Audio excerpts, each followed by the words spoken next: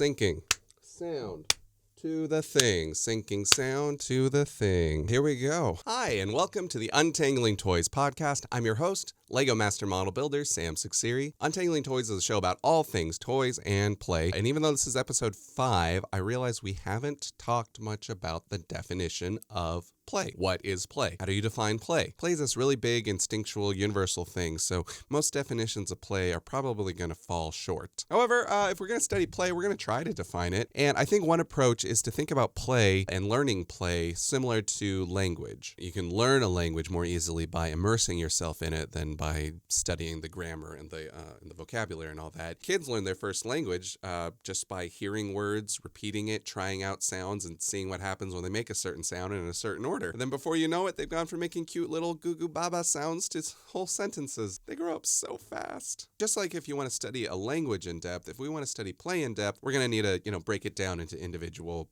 sentences, words, that way we can study it bit by bit. By working on definitions, we're not exactly trying to say this is all of everything that encompasses play, or this is play and this is not play. We're really just focusing in on one aspect at a time, see what's going on with it, and then see what happens when you put it back into the whole. Like if we were learning individual words, we wouldn't just want to have individual standalone words, we want to use them in whole sentences. So I've been reading this book, Play, How It Shapes the Brain, Opens the Imagination, and Invigorates the Soul, by Stuart Brown, MD, who is the founder of the National Institute for Play. It's been a really fun read so far, so if you want to learn more about play, I highly recommend this book. In the early chapters, Stuart Brown also struggles to define play, and what he does is he gives 7 aspects of play. I'm sorry, the 7 properties. He gives 7 properties of play. So before we get into today's toy, I want to look a little more in depth at those 7 properties of play.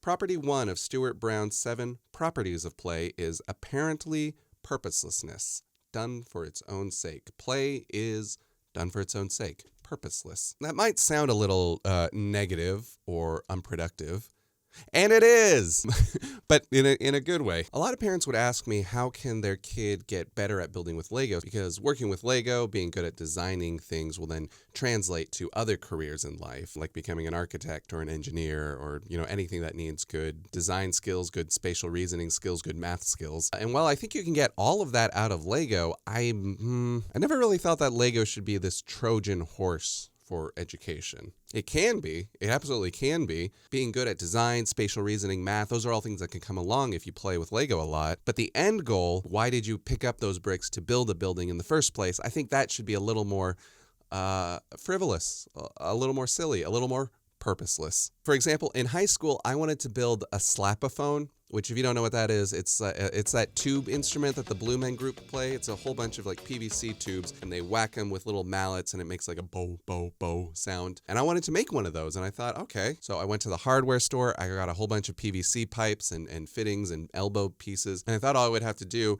is cut out certain lengths and then put them into a frame, and then I would have a slapophone or a telephone. Not a telephone. Tubulum. But then I started reading up on how to actually cut these to length to make the right notes, especially the lower notes. These pipes had to be very long and then have certain bends in them in order to fit in a smaller space. And that started to involve more and more complicated math and physics and music theory. I got really into that. All the formulas to decide, if there's a bend, how big it's going to be. If I use a tube that's a certain diameter, that's going to be a different length than if I use a wider tube. The point is, it ended up taking a lot of math. My objective was not to learn all that math. It was to make a bunch of silly sounds. It was done for its own sake, the sake that I was really into experimental percussion sounds, and I still am. So many times things that, especially for adults, but I think it's creeping into kids play as well. When you say, all right, I'm going to go do some recreation, I also need to meter it. I need to be able to say I did it for this many hours and I got this much results out of it. I was at this level before and I came out at that level afterwards. I'm not saying play is exclusive to that. I just think we tend to feel like if we don't have that score to show for it, then we shouldn't do it. And play is very much something that doesn't need to have an objective. And that is because property number 2 of play should be voluntary. Lego can teach you math engineering skills. Play can be a very good teacher. But just because play can be a teacher doesn't mean you can force people to learn things and say, well, you're also playing. Sorry there, had to relocate because the sun moved. So I had to move all my lights and bounces around. Oh yeah, for those of you who are just listening to this podcast, there is also a video element to it. It's the same thing, except you can see me. You can see what I'm doing right now. What could I be doing? You can only imagine, those of you listening. For those of you watching, you are probably not that impressed. Anyway, I've been trying to use natural light because I like natural light. I think natural light looks really good on toys, especially Lego, but also natural light moves. So play can be an amazing teacher. You can learn a lot about math and science and engineering and spatial reasoning playing with Lego. But just because it's a good teaching tool doesn't mean you're playing. It's a thin line, but I knew a lot of kids who were forced to play cello or violin or, do youth orchestra for years and years and years. And then as soon as they could, they dropped the instrument and never touched it again. Even if they could play beautifully, because they didn't really like doing it, as soon as they didn't have to, they stopped. And other kids, they really love playing music. They really love doing math. They really love writing, painting, sports. So for them, when they get an assignment that overlaps with their play, then it's like, oh, well, this is play for them. They'll just really take off with it or do something unexpected. And that's because property 3, play has an inherent attraction to whoever's doing it. They do it voluntarily because they're drawn to it. You couldn't stop them from doing it if you tried. It's very individual what people are drawn to. We've been kind of using this metaphor of language, but now we're going to switch over to a metaphor of taste and play. Just like with foods, there are foods that appeal to a lot of people. Not everybody likes 100% cacao chocolate, but pretty much everybody likes milk chocolate, right? You expose everybody to the broad spectrum of things. The people who have an inherent interest will start to dig a little deeper and go deeper and deeper. And that's when you get people who are really into dark chocolate and just eat cacao beans. It's, this is, for those of you just listening, this is a jar of cacao beans from Vietnam. Very bitter, but good. I don't think you could put these out at a party and these would be the first things to go. But if you did put these out on a spread and somebody came across it, I think a few people might be really interested. People's inherent interests can start broad and get much more specific, funnel down. And then, that's when you got really enthusiastic hobbyists. My grandpa used to go to model engine shows, and this is where people like him who restored these vintage engines that used to run textile mills in the 1800s. They'd get them all up nice looking, and they'd run them in a big open field doing absolutely nothing. These things weren't running anything. Far less efficient than modern day machines, but they liked them, they restored them, and they hung out with other guys who did the same. That was their inherent interest. A very specific interest, but those people who share those niche interests, they really, they get along really well. They found their people. By studying play, maybe we'll start up here at the broad area, and when something catches your attention, you can go, level down, and get more specific into what interests you. For those of you just trying to get back into playing, don't feel like you gotta be, you don't have to be at that super hardcore enthusiast level. Cast a wide net and see what appeals to you. I think you can see that in children's toys as they grow. They start out pretty broad, big shapes, big blocks, bold colors, and then they get more and more nuanced. Property number 4 of play is freedom from time, which is the total opposite of boredom. Boredom is when you got nothing to do and time just won't go by at all. We got these amazing brains and imaginations, and when there's nothing for them to do, it's like a race car stuck at a red light, and it's like, I just want to go, but I can't. But when we are playing, bam, that's green light. You just take off, and you're not paying attention to the speedometer, the timer, or anything, just going. I don't know if this is just because I'm an adult, but a lot of times when I'm doing anything, I'm always worried about time. Do I have enough time to do this? But in play, I'm not thinking about time, possibly to a fault. I'm just thinking about the actions I'm doing and what's the next action is going to be in this whole sequence of events to do the thing that I'm having fun doing. When you're really engaged in play, all of the actions that go into it, they're it's all the puzzle pieces coming together, but the clock's never one of those things. And when you get into this state, that's where you get into property number 5, which is a diminished sense of self. And when I first read this, I thought, oh yeah, of course, when you're playing, you're less self-conscious of yourself. So, if you're an adult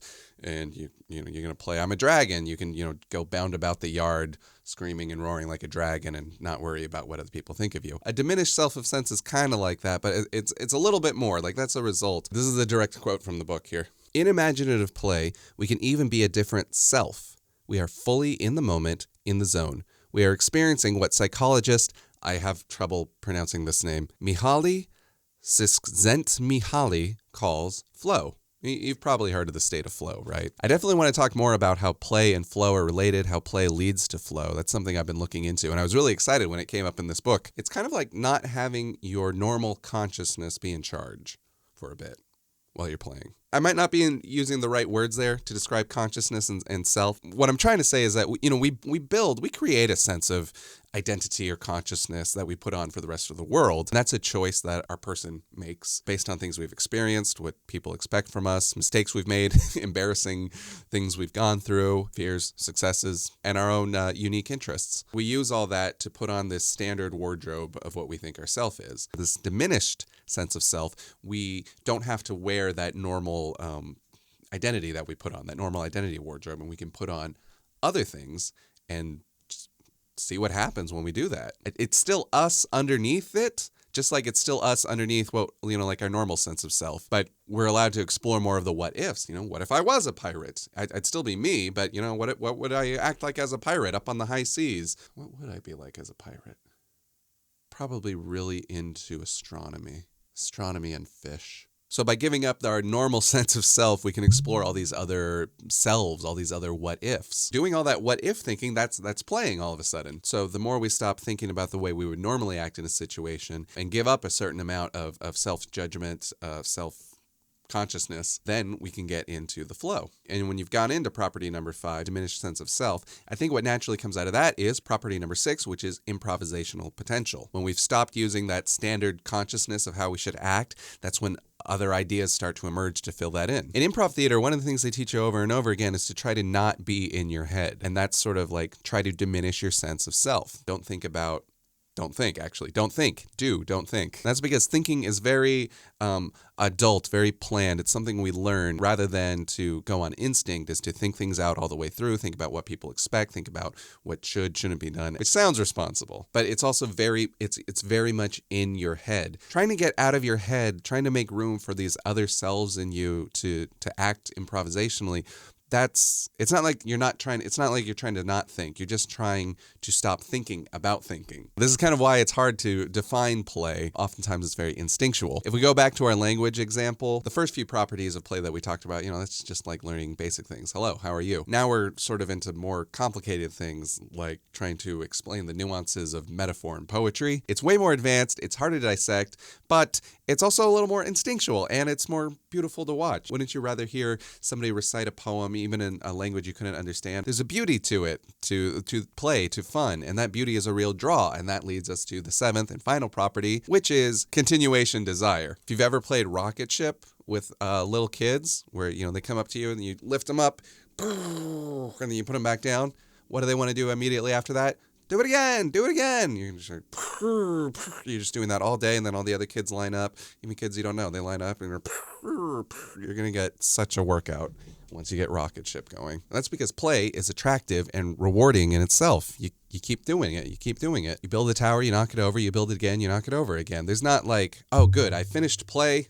Now I'm satisfied. Now it's done. Play is something we want to do again and again and again because of all the things we were just talking about, all the properties of play. The apparent purposelessness of it, something that we voluntarily do because we're inherently attracted to doing with it. It's a freedom from time.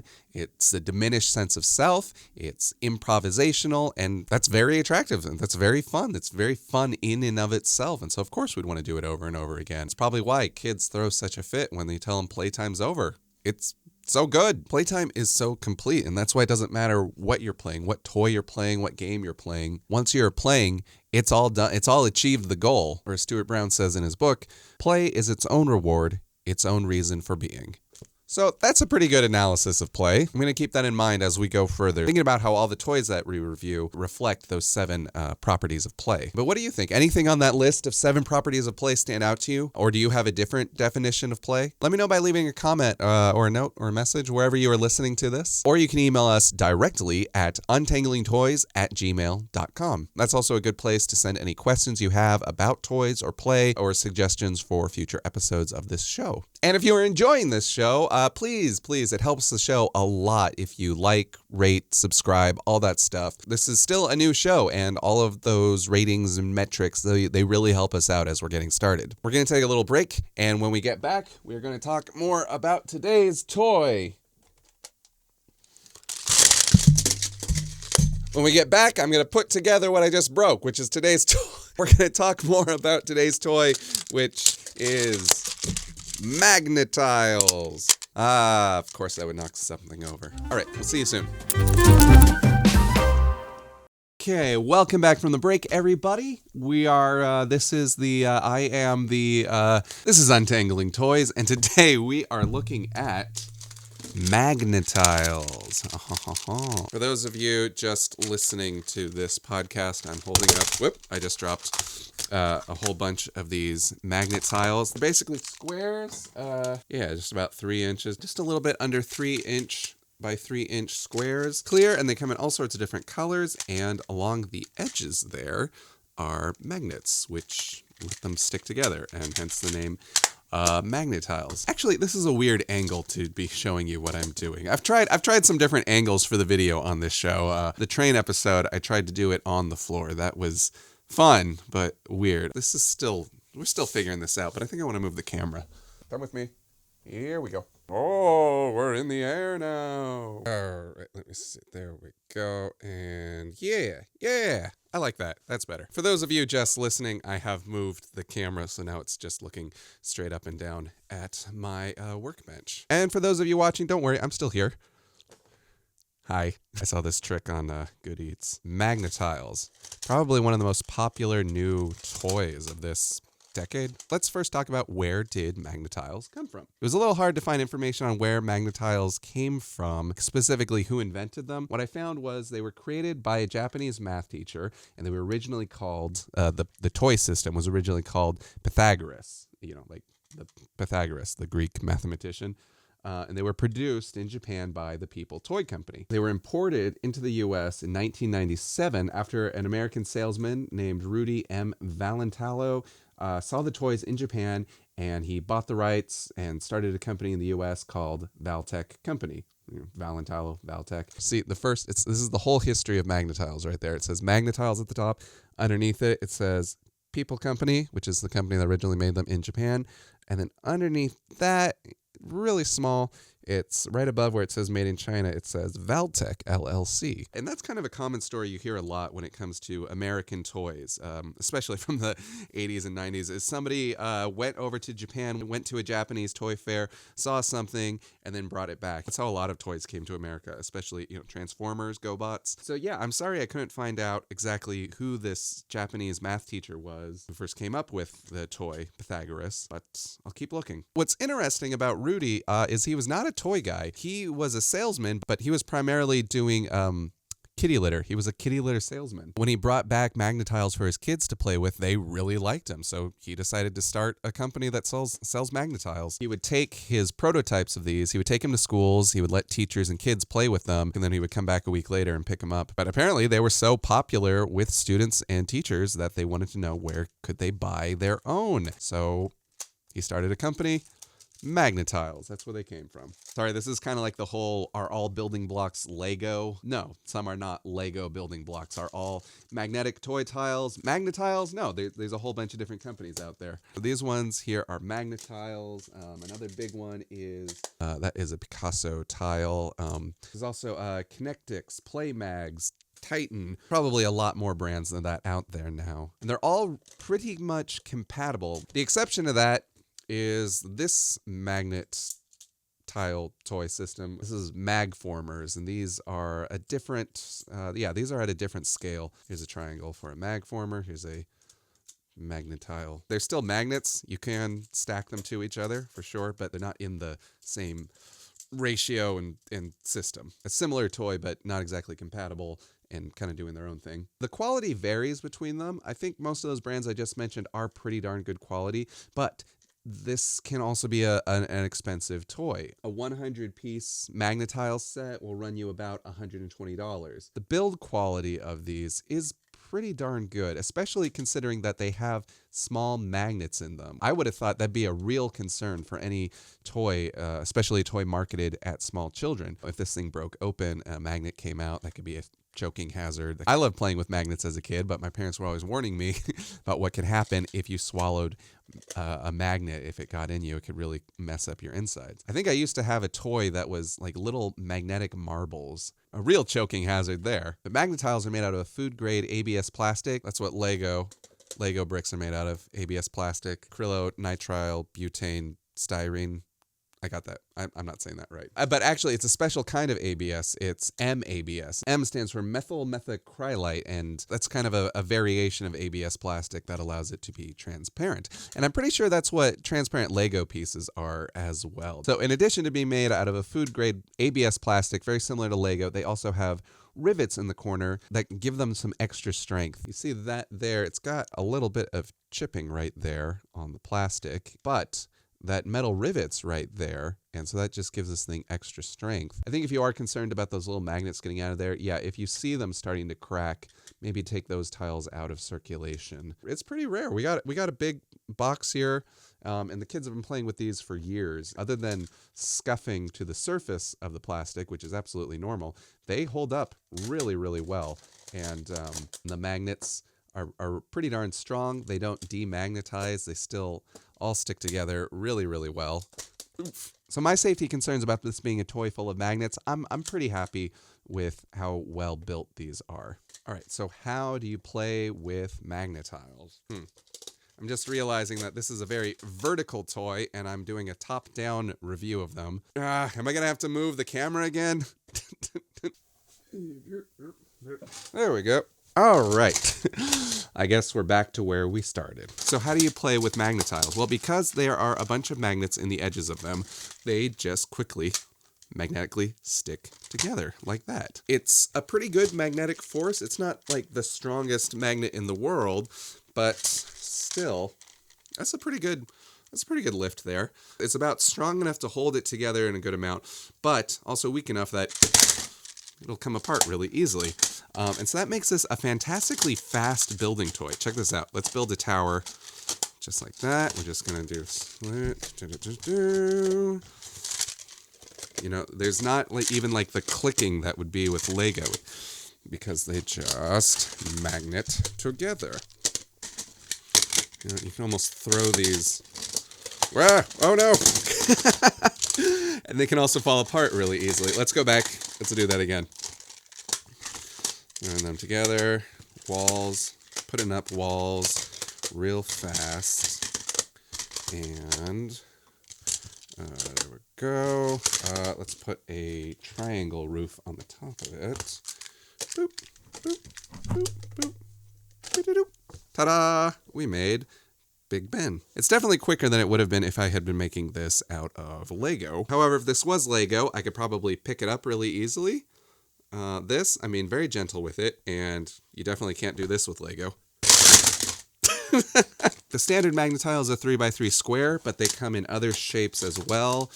These are isosceles triangles. Here is, oh gosh, what is the geometry of this? This is an acute triangle, and it's bigger than this triangle. Okay. What is this called? If you know what this is, good job, you were paying attention.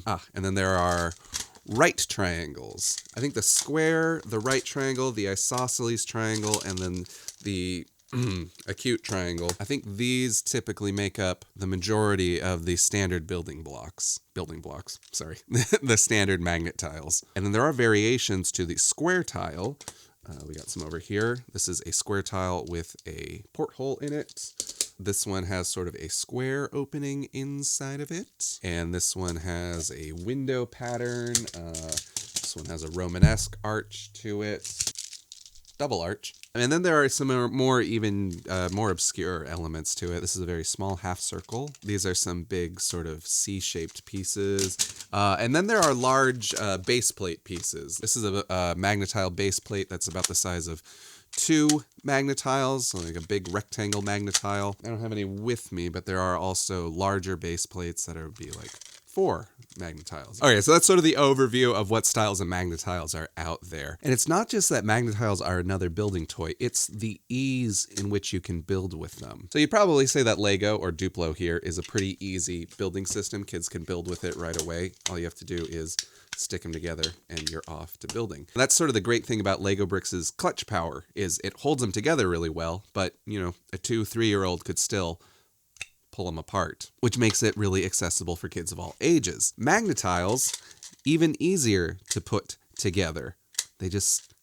They pull together like that. I think what this does is it helps kids to understand this balance between ability and frustration when you're playing and creating things. I think that speed and being able to make something really fast is inspiring to kids who otherwise might get frustrated trying to build something that would take them more time, even with Lego bricks. You can quickly put these together into all sorts of different shapes. You don't need to know too much about making a structure to actually start getting those up there, building floors, making big shapes. Because this goes together really, really quickly, I think that inspires kids that, yeah, I can make things, and I can make things on my own. I can have ideas in my head, make it a reality really, really fast, and if I want to change it up, I can, change it up really fast. I can also experiment, move pieces around. There's no waiting for glue to dry. There's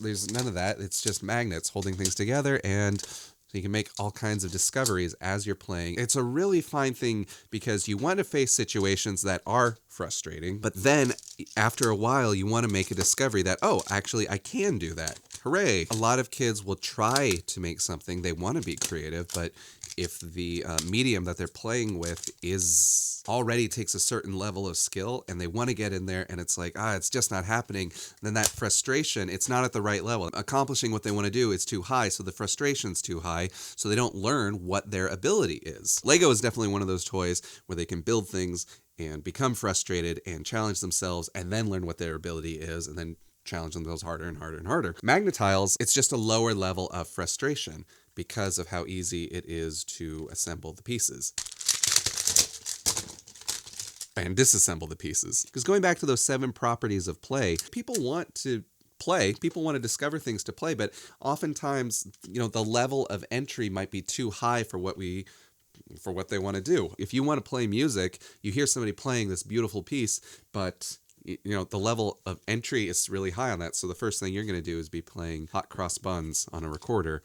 And maybe that's not fun. Young kids who are just getting into building things, or maybe even older kids who are just getting into building things, they're going to quickly discover that they have the ability to make large structures, to build really impressive stuff, and see what works and what does not work. I don't know what I'm doing here. Yeah, that's Magnatiles. Magnatiles, play. Let's do the 10-point toy review now. 10 questions to see if this is a quality toy or not. Number 1, how easy is it to use? Very easy. Magnatiles might be the second easiest toy to learn how to use after just wooden stacking blocks. This is a really easy toy to get started with and to be having fun with right out of the box. Number 2, can it be used in more ways than just the instructions say? There's actually very few instructions that come with these. I think if you go to the Magna-Tiles website or the Picasso Tiles website, they'll have some patterns that you can follow. I think primarily kids won't be following instructions while they are building with these. They'll be doing their own thing. Number 3, is it long-lasting and durable? We talked earlier about how the tiles are made out of a food-grade MABS plastic, especially the ones that have the rivets on there. I think that's a really sturdy toy. These ones have held up to years of play. It would take a really dedicated attempt to break one of these apart. So I don't think that they would break apart generally in the normal way that they are played with. This one over here that we discovered has a little bit of a crack in it. If you do discover that they are starting to crack, just take those tiles out of play. And you know what? You can use this as a refrigerator magnet because it'll stick It'll stick to it'll stick to a metal surface. Number 4, can it be used with other toys? Yes, absolutely. Being a building toy, you could use this to build buildings and structures for other toys that you play with. Me and my nephews have used these to build ramps for Hot Wheels cars. So you can take some of these sloped pieces. Oops.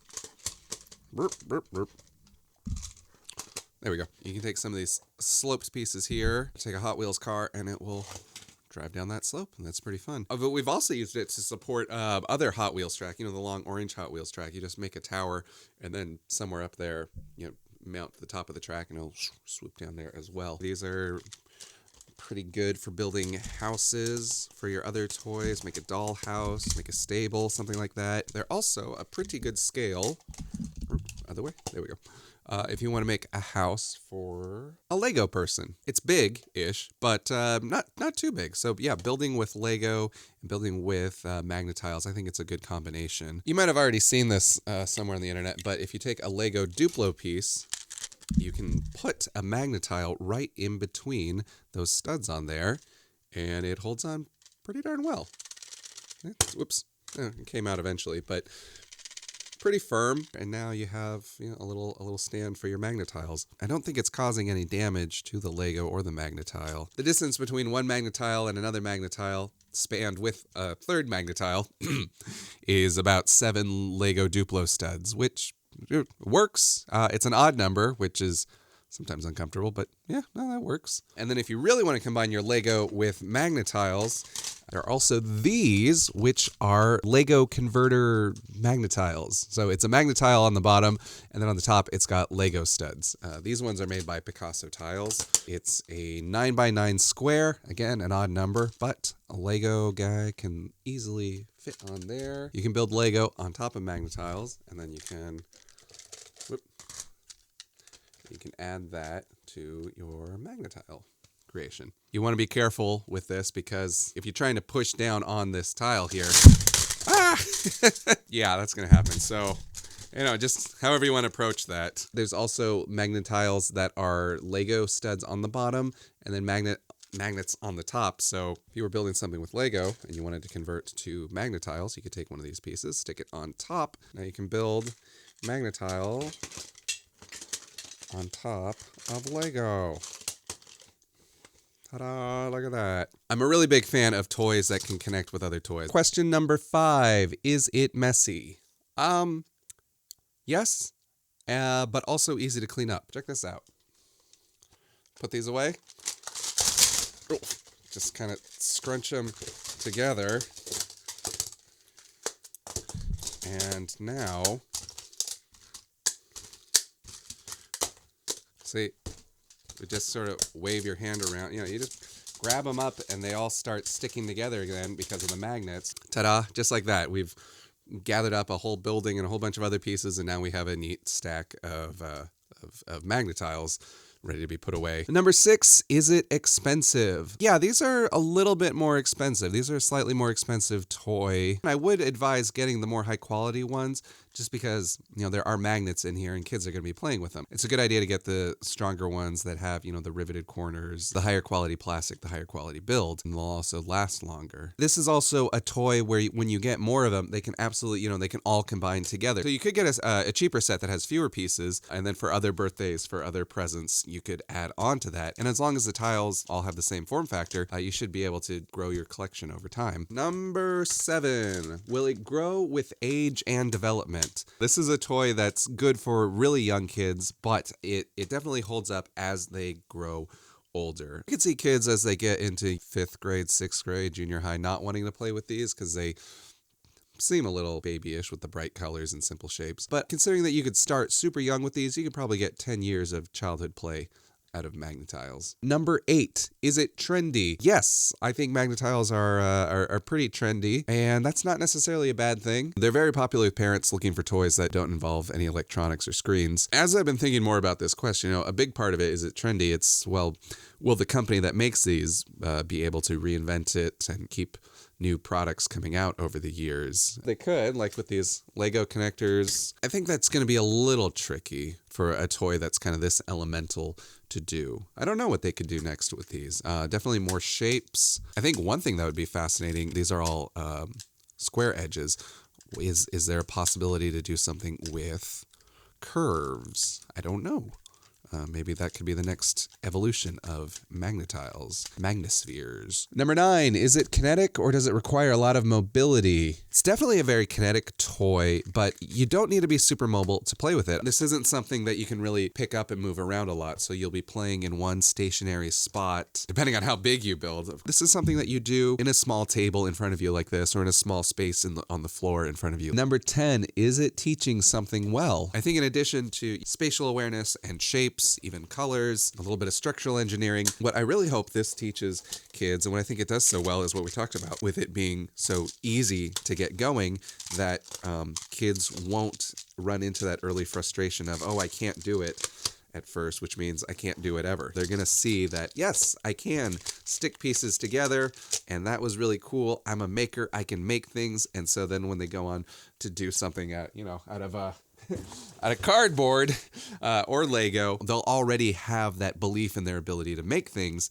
and so hopefully I think that'll set them up to take on harder challenges. Whew. Speaking of harder challenges, I think we've just finished with this podcast episode. Still recovering from a cough here. That is our episode today on Magna-Tiles, and I guess also on Stuart Brown's book, Play. At least the beginning of Stuart Brown's book, Play, and the 7 properties of play. Thanks for watching this episode of Untangling Toys. I really hope you're enjoying the show, learning something about play. Maybe you're just enjoying me learn how to make a podcast. If you are enjoying the show and you hope to see it do well, the best way you can help out is by liking, subscribing, and rating our episodes wherever you listen to or watch this podcast. It would mean a lot to me. It would help out a lot if you could like, review, and rate the show. All those metrics go a long way in making a show successful, especially a new show. And another way to help the show grow is by spreading the word. If you like it, tell your friends about it. Tell them to check it out. And if you have any questions about anything I talked about on this episode or past episodes or suggestions for future episodes, you can leave a comment or you can directly email me at untanglingtoys@gmail.com. And then you can also follow the show on all the social medias. Yeah, that's it. I'm gonna go